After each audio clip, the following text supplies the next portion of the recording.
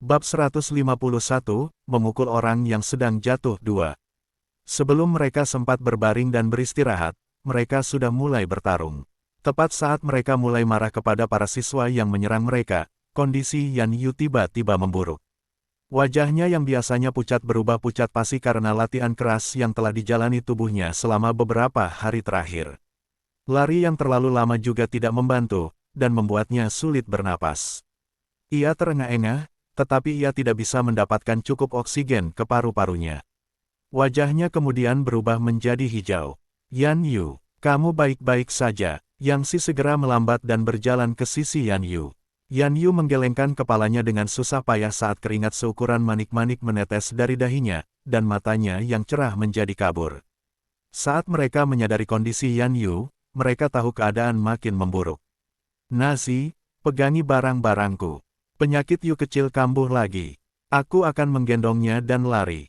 Yang Si segera melemparkan perisai dan pedangnya ke Tang Nazi sambil mengulurkan tangannya untuk menggendong Yan Yu di punggung sambil mereka berlari. Kepala Yan Yu bersandar di bahu Yang Si, dan Yang Si dapat mendengar suara napasnya yang cepat. Seolah-olah napasnya akan berhenti pada detik berikutnya. Sialan, Tang Nazi menatap gugup ke arah Yan Yu yang kehilangan kesadaran, dan tangan kanannya mencengkeram erat pedang Yang Si saat dia berbalik ke arah para siswa yang tampak seperti orang gila itu. Nazi, jangan gegabah. Kau tidak bisa bertindak sekarang. Apa kau lupa apa yang kau janjikan pada ayahmu? Ketika menyadari ada yang tidak beres dengan Tang Nazi, Qixia segera meraih lengannya dan menarik Tang Nazi ke arahnya. Kemudian ia berbalik ke arah lawan mereka dan menembakkan 3 bilah es dari tangannya untuk menangkis anak panah yang datang. Bajingan-bajingan itu, aku akan membuat mereka menderita pada akhirnya. Tang Nazi mencengkeram pedangnya erat-erat sambil berbalik dengan marah dan terus maju. Dia sengaja berlari di belakang Yang Si dan Yan Yu dan mengandalkan perisai untuk memblokir panah dan serangan sihir yang datang. Qixia tersenyum, tetapi di matanya yang biasanya menyeringai, ada niat dingin yang menusuk tulang. Cepat atau lambat kita akan membuat mereka membayarnya. Sekarang, kita harus membawa Little Yu ke tempat yang aman. Dia harus segera minum obatnya atau... Qixia tidak melanjutkan, tetapi Yang Si dan Tang Nazi tahu apa yang akan terjadi. Keempatnya sudah saling kenal sejak mereka baru berusia 10 tahun. Namun, mereka tidak akur pada awalnya karena konflik di antara keluarga mereka. Namun, suatu hari, Qixia berhasil mengatasi situasi tersebut dan mempertemukan mereka berempat. Setelah 6-7 tahun berhubungan, mereka memiliki pemahaman yang baik tentang urusan masing-masing. Mereka tahu bahwa tubuh Yan Yu bermasalah sejak ia lahir. Selama bertahun-tahun, keluarga Macan Putih telah mencoba berbagai cara untuk menyembuhkan penyakitnya. Namun, tidak ada kemajuan, dan mereka hanya bisa mengandalkan segala macam pengobatan sebelumnya untuk mempertahankan hidupnya. Jika bukan karena keluarga Macan Putih yang kuat, Yan Yu mungkin tidak akan hidup sampai saat itu. Itu juga alasan mengapa Yan Yu tidak pernah memiliki kulit kemerahan. Pada saat itu, penyakit Yan Yu kambuh karena kelelahan berkepanjangan, dan mereka yang pernah melihat kejadian itu sebelumnya tidak ingin melihatnya lagi. Jalan di depan tidak diketahui, dan kelompok mahasiswa di belakang mereka masih membuntuti mereka. Itu adalah situasi yang mengerikan bagi seseorang. Hei, sudah cukup, kita punya seseorang yang terluka, dan kau masih ingin melanjutkannya. Tang Nazi tidak bisa lagi menahannya dan berteriak marah. Bab 152, memukul orang yang sedang jatuh 3. Akan tetapi, raungan Tang Nazi tidak memberinya respons yang diinginkan.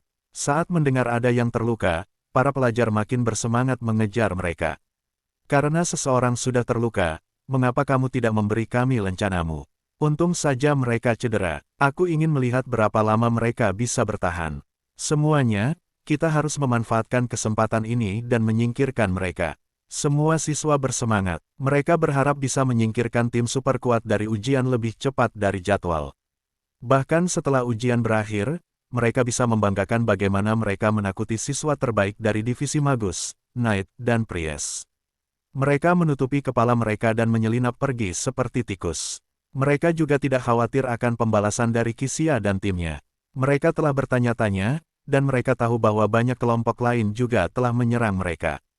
Mungkin ada sekitar 100 siswa yang mengejar mereka, jadi Qixia tidak mungkin menemukan mereka satu persatu untuk membalas dendam.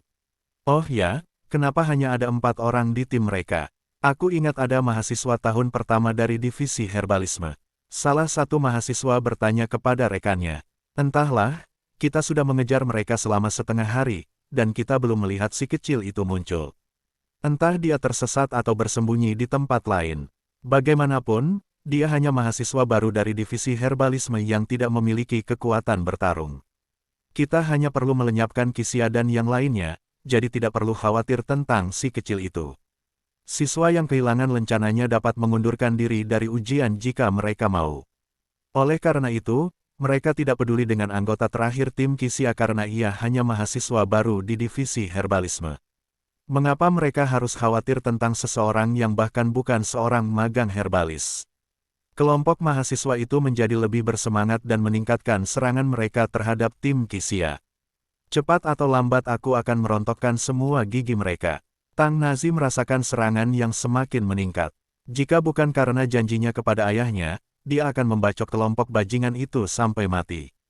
Akan ada banyak kesempatan di masa depan. Senyum sinis tersungging di bibir Kisia, dan pria yang biasanya tenang itu dipenuhi dengan niat membunuh yang kuat. Kondisi Yan Yu memburuk, dan Yang Si merasa seolah-olah dia tidak bisa lagi merasakan napasnya. Ketika dia melihat lereng curam di depan mereka, Yang Si menggertakkan giginya dan berkata, tidak ada jalan lain. Aku harus melompat turun. Selama kita bisa melepaskan diri dari mereka, Little Yu bisa minum obatnya. Kisia dan Tang Nazi menyetujui usulan Yang Si. Mereka berlari ke lereng dengan kecepatan tinggi dan kemudian melompat turun tanpa ragu-ragu. Sekelompok siswa di belakang mereka terkejut ketika itu terjadi. Apakah mereka mencoba mati? Para siswa yang mengejar mereka melihat apa yang telah terjadi, dan mereka segera berlari ke tepi lereng. Keadaan gelap gulita ketika mereka melihat ke bawah bukit, tetapi mereka masih dapat melihat siluet samar 4 sosok sebelum mereka menghilang dalam kegelapan. Siswa lainnya menelan ludah saat menyadari betapa curamnya lereng itu. Mereka bertanya-tanya apakah mereka berempat terluka setelah melompat menuruni bukit. Dalam kegelapan, Yang Si melindungi Yan Yu saat mereka meluncur menuruni lereng dengan Kisia dan Yang Nazi mengikuti dari dekat di belakang mereka. Bahkan dengan rumput-rumput yang meredam jatuhnya mereka, batu-batu itu juga menyebabkan mereka terluka. Bab 153, Tunggu Kematian Kalian, Bajingan, 1. Mereka merasa seolah-olah tulang mereka remuk. Saat itu juga gelap, jadi sulit bagi mereka untuk bergerak dengan mudah. Sebagai anggota dari 5 keluarga bangsawan besar, itu adalah pertama kalinya Kisia dan yang lainnya didorong sedemikian rupa. Yang lebih membuat mereka kesal adalah kenyataan bahwa orang-orang yang mendorong mereka sejauh ini hanyalah siswa biasa yang tidak akan memenuhi syarat untuk menyerang mereka pada kesempatan normal. Bajingan-bajingan itu, setidaknya mereka tidak berani mengikuti kita ke sini. Tang Nazi berbaring di tanah dan menggertakkan giginya sambil menahan rasa sakit di tubuhnya. Dia kemudian menopang dirinya sendiri. Yang Si dan Kisia bahkan tidak peduli dengan luka mereka sendiri dan segera mengambil obat untuk Yan Yu dari cincin luar angkasanya. Tepat ketika mereka bersiap memberi obat pada Yan Yu yang tak sadarkan diri, sebuah bola cahaya perlahan mendekat dari suatu tempat di dekatnya. Itu cahaya dari kristal cahaya. Sialan, jangan bilang ada tim lain di sini. Tang Nazi mengumpat dalam hati. Mereka telah mempertaruhkan segalanya dengan lompatan mereka sebelumnya, dan tak seorang pun dari mereka memiliki kekuatan untuk pertempuran lain. Jika mereka bertemu tim lain, mereka bahkan tidak akan memiliki kekuatan untuk berlari. Kisia segera memberi Yan Yu obat untuk penyakitnya dan hanya bisa pasrah dengan nasib apapun yang akan terjadi. Hati mereka berdebar kencang saat cahaya itu semakin dekat ke arah mereka. Apakah kekalahan mereka sudah dekat? Tepat ketika mereka berempat putus asa, sebuah suara ejekan yang tak asing terdengar di telinga mereka. Hei, kebetulan sekali. Bagaimana kalian berempat bisa sampai di sini? Sebelum orang itu bisa menyelesaikan kalimatnya, sesosok tubuh mungil keluar dari hutan. Shen Yanxiao memegang kristal cahaya dan menatap anggota timnya yang duduk di tanah. Tatapan menggodanya menyapu tubuh mereka yang babak belur. Shen Jue. Tang Nazi menatap Shen Jue dengan kaget. Dia tidak bisa mempercayai matanya. Kisia santai dan tersenyum pada rekan setimnya yang telah lama menghilang. Pencuri kecil, kau cepat sekali melarikan diri ke sana. Shen Yanxiao tersenyum saat melihat keempat orang itu yang berlumuran tanah. Kemudian, dia melihat wajah pucat Yan Yu. Ada apa dengan dia? Tidak apa-apa, dia hanya terlalu lelah, kata Yang Si. Shen Yanxiao tahu bahwa Yang Si sengaja menyembunyikan beberapa informasi darinya, tetapi dia tidak mendesaknya. Sebaliknya, dia sangat tertarik dengan penampilan mereka yang menyedihkan. Ada apa dengan kalian tuan muda? Kenapa kalian begitu? Dia memutuskan untuk bersikap baik dan tidak mengejek penampilan mereka yang lusuh. Qixia tersenyum getir. Ceritanya panjang. Sebaliknya, kemana saja kamu selama ini? Dari penampilanmu, sepertinya kamu belum pernah bertemu dengan tim lain. Pakaian Shen Yanxiao masih bersih dan rapi seolah-olah tidak ada bedanya dengan saat mereka pertama kali memasuki hutan tersembunyi. Di sisi lain, masing-masing dari mereka tampak lebih buruk daripada dirinya.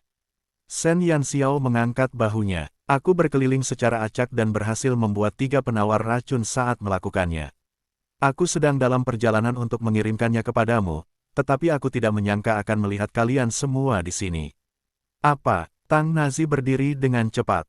Dia menatap Shen Yanxiao dengan heran dan berkata, kamu berhasil membuat penawarnya.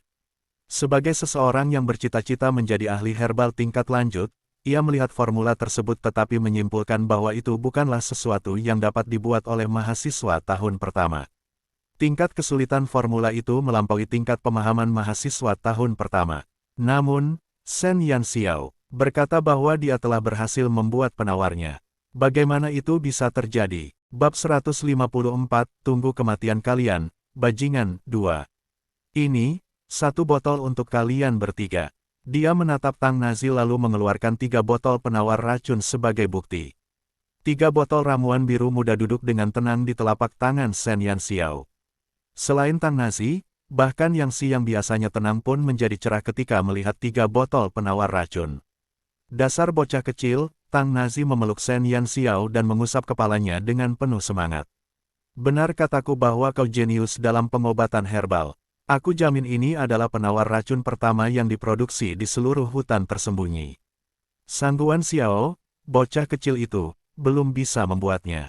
Tang Nazi merasa senang. Ia senang dengan ketepatan pandangannya. Shen Jue benar-benar memiliki bakat dalam pengobatan herbal karena ia bahkan dapat menghasilkan penawar racun yang canggih. Lebih jauh lagi, ia melakukannya hanya dalam 2 hari. Ia pasti akan menjadi tokoh berpengaruh di divisi pengobatan herbal dalam waktu dekat. Shen Yanxiao hampir tidak bisa bernapas saat Tang Nazi memeluknya erat-erat. Dia bertanya-tanya bagaimana seorang dukun bisa lebih kuat dari seorang pendekar pedang. Tidak mungkin Sangguan Xiao bisa menghasilkan penawarnya, tetapi itu karena dia sendiri yang telah menghabisi dia dan seluruh timnya. Tentu saja, Tang Nazi dan seluruh anggota timnya tidak akan pernah tahu hal itu. Tenanglah. Shen Yanxiao menepuk kepala Tang Nazi dan mengangkat bahunya sebelum memberikan penawarnya kepada Qixia dan Yang Si. Mereka tidak meragukan keaslian penawar racun Shen Yanxiao dan segera meminum ramuan itu. Dalam waktu kurang dari 2 menit, keduanya segera merasakan bahwa kondisi melemah mereka telah lenyap dan aura sihir dan pertarungan yang tertekan kembali membanjiri sekujur tubuh mereka. Qixia segera menyalakan 5 api di tangannya, dan api yang berkobar itu menari-nari di ujung jarinya saat menyebar ke sekelilingnya. Dia menarik kelima jarinya, dan api pun langsung menghilang tanpa jejak. Penawar racun Shen Yanxiao dengan sempurna menetralkan ramuan sebelumnya yang mereka minum sebelum ujian mereka. Yan Yu perlahan-lahan sadar kembali setelah meminum obatnya. Ketika ia benar-benar sadar, Shen Yanxiao memberinya penawar racun. Kulit Yan Yu membaik tak lama setelah itu. Ketika ia memulihkan sihirnya, Yan Yu segera menggunakan sekitar 8 sihir berkat pada dirinya sendiri. Berkat itu disertai dengan sihir penyembuhan yang kuat, dan itu memungkinkan Yan Yu untuk segera berdiri setelah itu. Terima kasih. Yan Yu menatap Shen Yanxiao dan mengucapkan terima kasih dengan tulus. Shen Yanxiao mengusap hidungnya dan tidak berkata apa-apa. Dia menyadari bahwa timnya pasti mengalami masalah besar dengan tim lain dan bahwa 3 botol penawar racun itu dikirimkan tepat waktu. Setelah Yan Yu pulih, dia menyihir selusin atau lebih sihir berkah lainnya pada Qixia, Yang Si, dan Tang Nazi. Semua luka kecil mereka sembuh dalam sekejap. Jika kita tidak memperhatikan pakaian mereka yang compang camping, dapat dikatakan bahwa keempatnya telah mendapatkan kembali keanggunan mereka sebelumnya. Kali ini semua berkatmu. Qixia tersenyum dan menepuk kepala Shen Yanxiao. Kemudian, dia mengangkat kepalanya dan menatap lereng curam yang mereka lalui tadi malam. Senyum di matanya yang berbinar-binar menghilang dan digantikan oleh tatapan dingin. Sudah waktunya melunasi utang dengan orang-orang itu. Benar sekali, Yang Si menepuk-nepuk debu di tubuhnya dan mengambil perisai serta pedangnya dari Tang Nasi. Yan Yu tersenyum tipis dan memberikan berkat penurunan berat badan kepada semua orang. Shen Yanxiao segera merasakan tubuhnya terasa ringan. Itulah pertama kalinya ia menerima berkat dari seorang pendeta, dan ia merasa ingin melompat-lompat untuk menguji efeknya. Namun, sebelum ia bisa melakukannya, sebuah lengan melingkari pinggangnya dan mengangkatnya dengan lembut. Qixia menggendong Shen Yanxiao sambil tersenyum tipis. Lalu, dia melesat ke atas sambil menendang. Bab 155, Orang Bodoh Tidak Perlu Takut 1. Sekelompok siswa berdiri di tepi lereng dan melihat ke bawah. Ini, mereka tidak akan mati, kan? Salah satu siswa menelan ludah.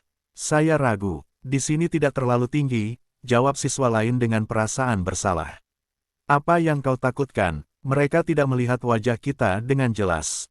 Bahkan jika sesuatu terjadi, mereka tidak mungkin menemukan kita.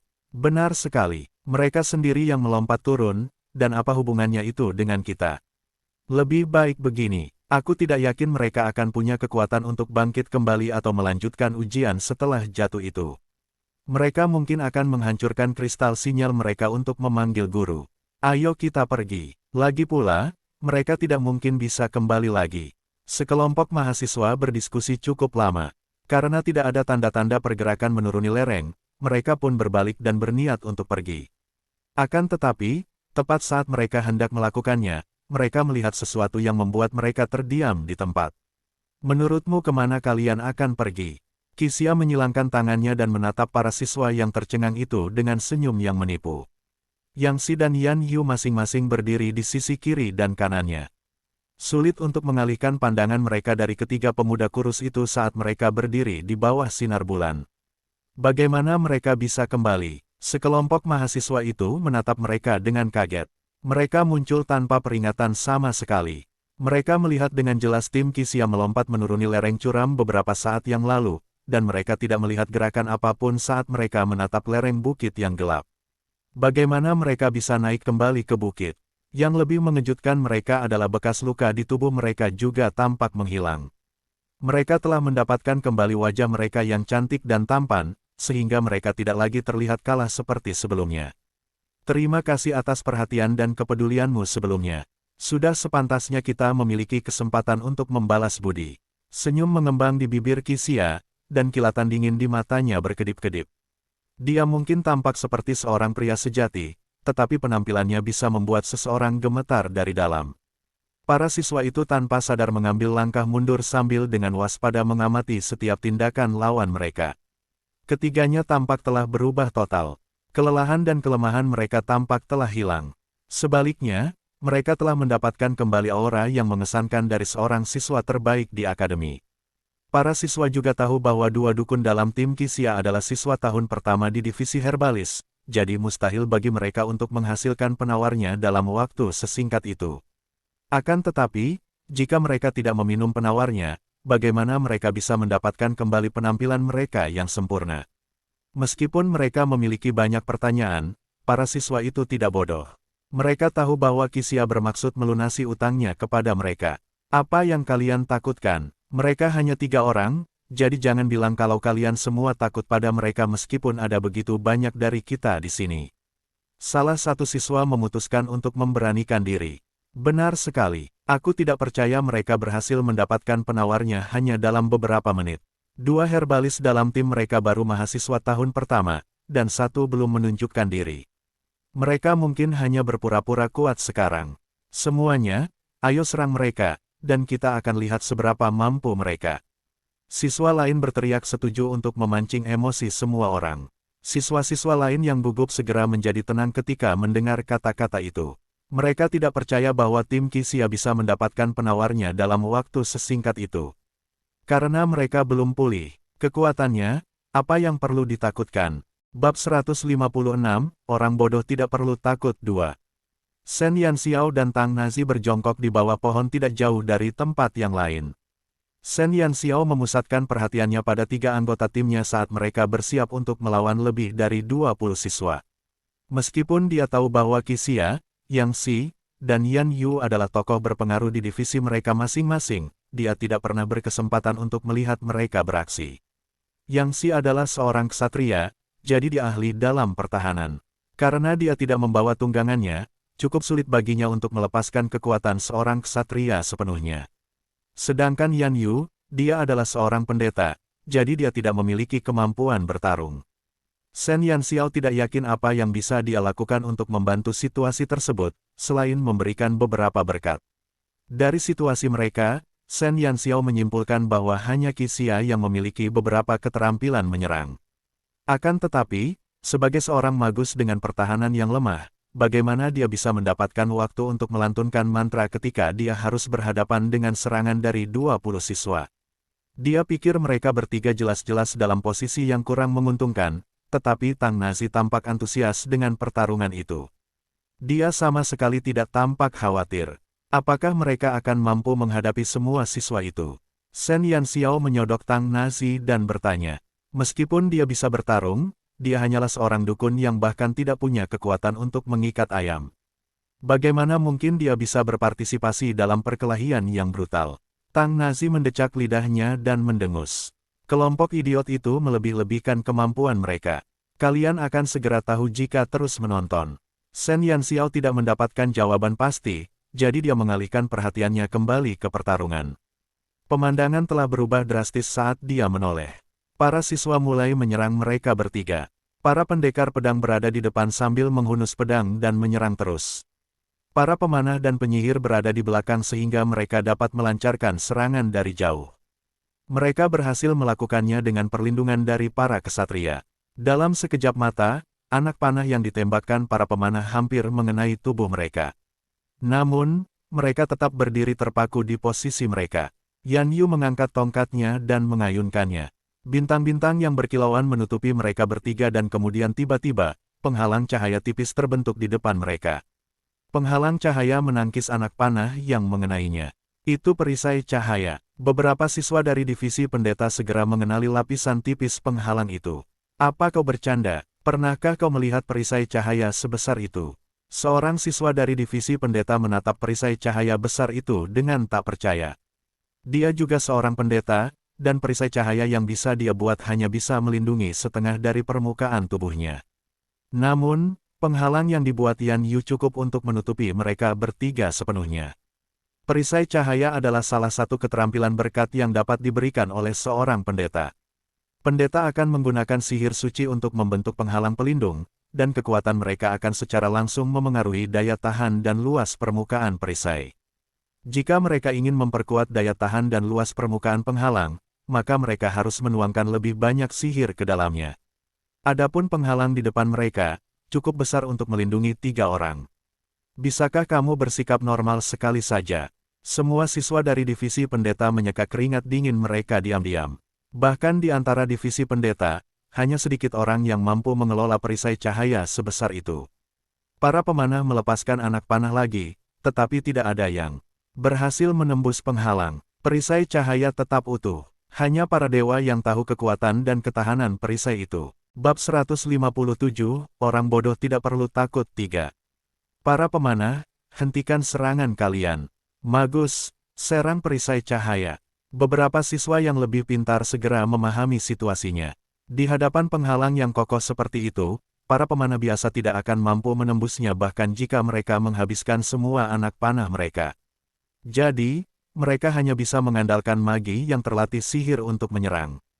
Para siswa dari divisi magus mulai melantunkan mantra. Adapun para pendekar pedang yang hendak mencapai mereka bertiga, mereka cukup pintar untuk mengetahui bahwa mereka tidak akan mampu menghancurkan penghalang itu dengan paksa. Mereka mungkin juga mengambil jalan memutar untuk mencapai mereka. Qixia menyipitkan matanya dengan tenang. Keenam pendekar pedang itu melesat melewati mereka, dan dia tersenyum manis saat mereka mengayunkan pedang panjang mereka ke arah mereka. Dia menembakkan 6 api dari ujung jarinya. Api itu menghantam para pendekar pedang itu dengan kecepatan luar biasa dan membuat mereka terpental. Ketika api sporadis menyentuh pakaian mereka, api itu langsung meledak menjadi kobaran api yang hebat. Sebagian besar pakaian mereka terbakar hampir seketika. Tidak seorang pun menyadari kapan Qixia mulai melantunkan mantra, apalagi bagaimana 6 peluru api itu terbang ke arah mereka. Waktu untuk melantunkan peluru api cukup singkat, tetapi hampir mustahil untuk memanggil 6 peluru sekaligus. Sudah sulit bagi magus rata-rata untuk memanggil 2 peluru api dalam 1 menit, apalagi 6. Ketika mereka melihat Qixia telah memulai serangannya, para penyihir yang menyerang perisai cahaya itu merasakan apapun kecuali ketenangan. Qixia pasti sudah memulihkan sihirnya jika dia bisa menembakkan 6 peluru api dengan kecepatan seperti itu. 6 pendekar pedang yang terkena peluru api itu berteriak saat mereka terpanggang di bawah kobaran api. Qixia melambaikan tangannya lagi di detik berikutnya. Kepingan salju yang terang dan tembus pandang muncul tanpa suara di udara dan melayang turun ke arah ke-6 pendekar pedang itu. Kepingan salju itu berhasil memadamkan api. Ke-6 pendekar pedang itu menghela napas lega saat mereka merasa panasnya sudah mereda. Namun, detik berikutnya membuat mereka terdiam. Kepingan salju telah membeku di tubuh mereka, dan lapisan es benar-benar membekukan mereka di tempat. Rasa dingin yang menusuk tulang telah menyebar ke seluruh tubuh mereka, dan mereka hanya bisa melihat tanpa daya saat es terus berkumpul di anggota tubuh mereka dan akhirnya akan menutupi mereka sepenuhnya. Blizzard, Qixia telah mempelajari Blizzard. Para siswa dari divisi magus dari jauh menjerit saat mereka melihat kepingan salju yang jatuh itu. Bagaimana ini bisa terjadi? Badai salju adalah mantra yang hanya bisa digunakan oleh magus tingkat lanjut. Dia hanya mahasiswa tahun kedua, jadi bagaimana mungkin dia bisa menggunakan sihir ini? Suara-suara ketidakpercayaan terus bergema. Badai salju adalah serangan sihir jarak jauh di mana setiap kepingan salju mengandung sihir. Sihir yang dibutuhkan untuk menyerap mantra itu sama mengerikannya. Tidak ada satupun siswa yang bisa menggunakan mantra itu, dan kebanyakan dari mereka hanya melihat guru dari divisi magus menggunakannya. Seorang siswa dari divisi magus telah merapal mantra sihir tingkat tinggi yang hanya bisa dirapalkan oleh magus tingkat lanjut. Apa maksudnya? Itu berarti Qixia sudah memiliki kemampuan seorang magus tingkat tinggi. Bab 158, Tim Super 1. Usianya baru 16 tahun, dan dia sudah menjadi magus tingkat lanjut. Bakat seperti itu jarang terlihat, bahkan dalam 1 abad. Bakatnya bahkan mungkin bisa menyaingi dekan Akademi Saint Laurent, Ouyang Huanyu. Yang paling mengejutkan mereka ialah tidak seorang pun melihat Qixia melantunkan apapun.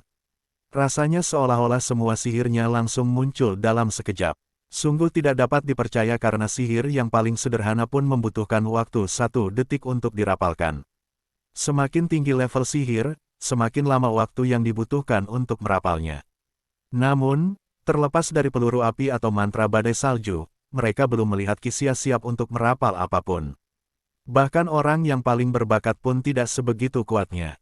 Sekelompok siswa dari divisi magus yang tadinya bersemangat untuk bertarung, kini kehilangan semangat bertarungnya saat menyaksikan sihir tingkat tinggi yang dikeluarkan Qixia. Mereka hanyalah sekelompok magus junior, dan murid terkuat dalam kelompok itu belum mencapai level magus menengah. Bagaimana mungkin mereka bisa menghadapi seseorang dengan kemampuan magus tingkat lanjut? Itu sama saja dengan bunuh diri. Pemahaman siswa lainnya tentang sihir tidak sedalam pemahaman mereka dari divisi magus. Namun, mereka takut pada kepingan salju yang terus melayang turun. Adapun ke-6 pendekar pedang itu, mereka membeku menjadi 6 balok es.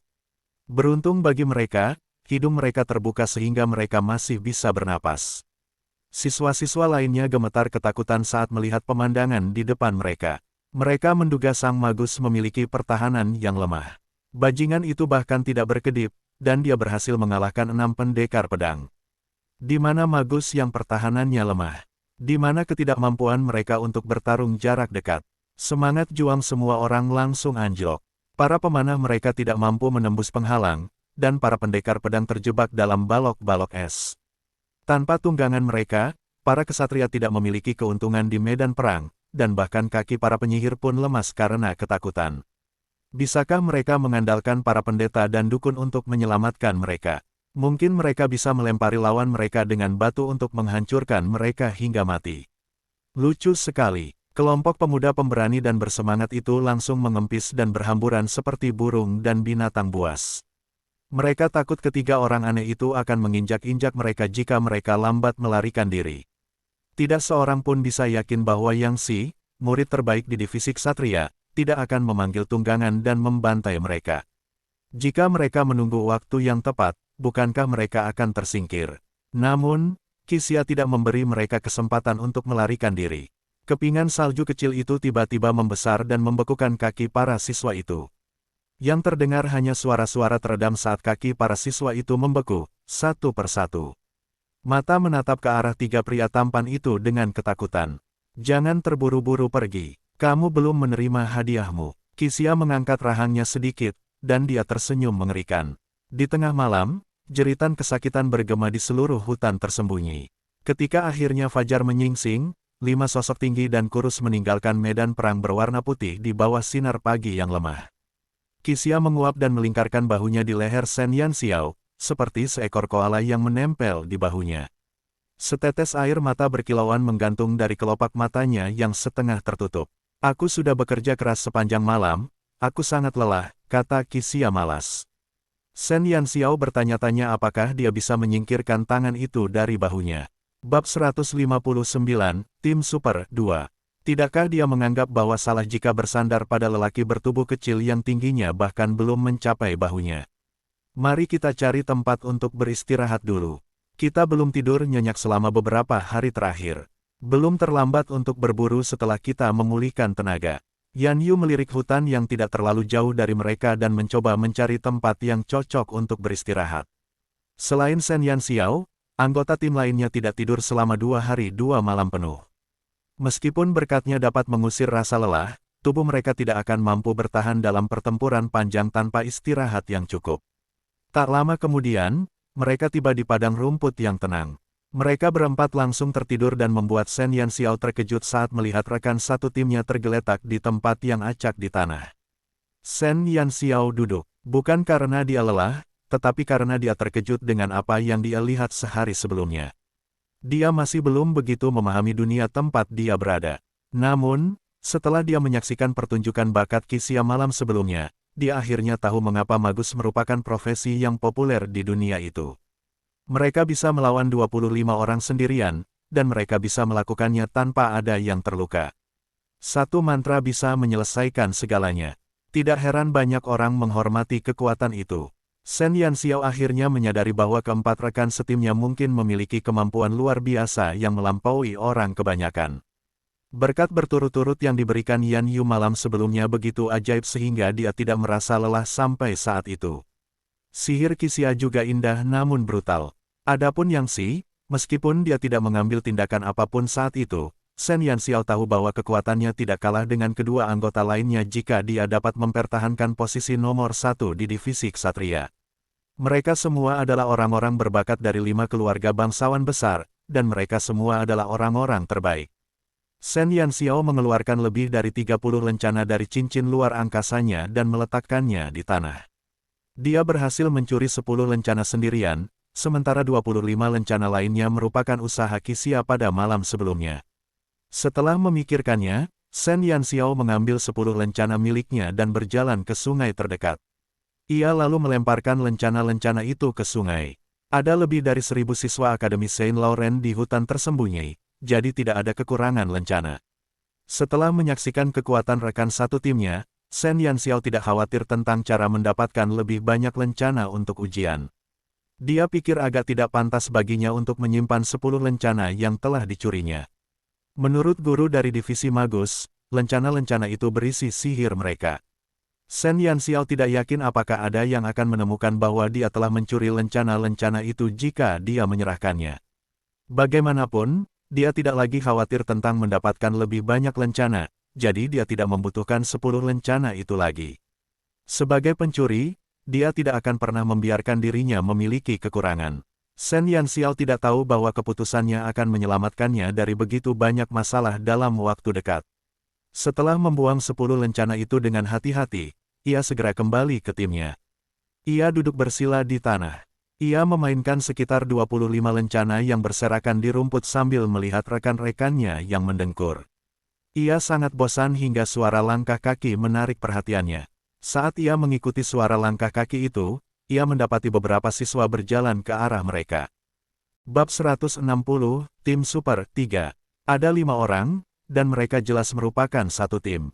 Mereka juga cukup terkejut ketika melihat Shen Yanxiao di padang rumput. Namun, Keterkejutan mereka berubah menjadi keserakahan ketika melihat 25 lencana di kakinya. Seolah-olah seseorang telah mengirim lencana tersebut ke depan pintu mereka. Mereka menatap Shen Yanxiao yang duduk di tanah. Pandangan mereka kemudian beralih ke 4 orang yang tertidur lelap di dekatnya. Matahari menyilaukan mata mereka, sehingga mereka menutupi wajah mereka dengan selembar kain hitam. Kain itu juga berhasil menyembunyikan penampilan mereka. Hei, keempat orang itu tampaknya tidur nyenyak, dan tampaknya mereka hanya meninggalkan seorang pria kecil untuk berjaga. Dia mengenakan lencana dari divisi herbalis, dan dia tampak seperti mahasiswa tahun pertama. Bagaimana kalau kita, pemuda yang memegang pedang panjang itu ingin menyerang ketika dia melihat 25 lencana di tanah? Jika kita langsung mendatanginya dan merampas lencana-lencana itu, apakah dia tidak akan membangunkan rekan-rekannya? Jika mereka terbangun, kita mungkin tidak akan bisa mengalahkan mereka. Seorang siswa berpakaian pendeta ragu-ragu dengan rencana itu. Lawan mereka cukup mampu untuk memperoleh 25 lencana, dan itu berarti mereka telah mengalahkan tim lain. Tampaknya mereka adalah lawan yang cukup kuat. Apa yang kau takutkan? Tidakkah kau lihat bahwa keempat orang itu sedang tidur seperti kayu gelondongan?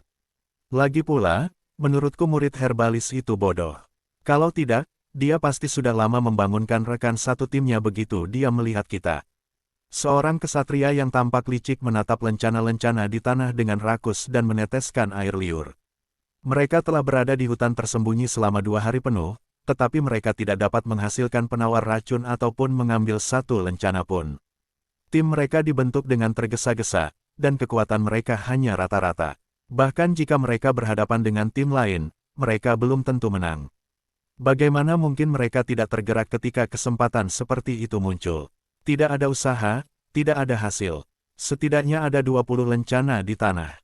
Jika kita cukup beruntung, kita semua akan mendapatkan masing-masing 5. Kita pasti bisa menghindari kelas merah dan kuning dengan masing-masing 5 lencana. Mungkin kita bahkan bisa masuk ke kelas hijau atau biru. Situasi itu juga menggoda pemanah lain. Pendeta dan dukun yang tersisa ragu-ragu.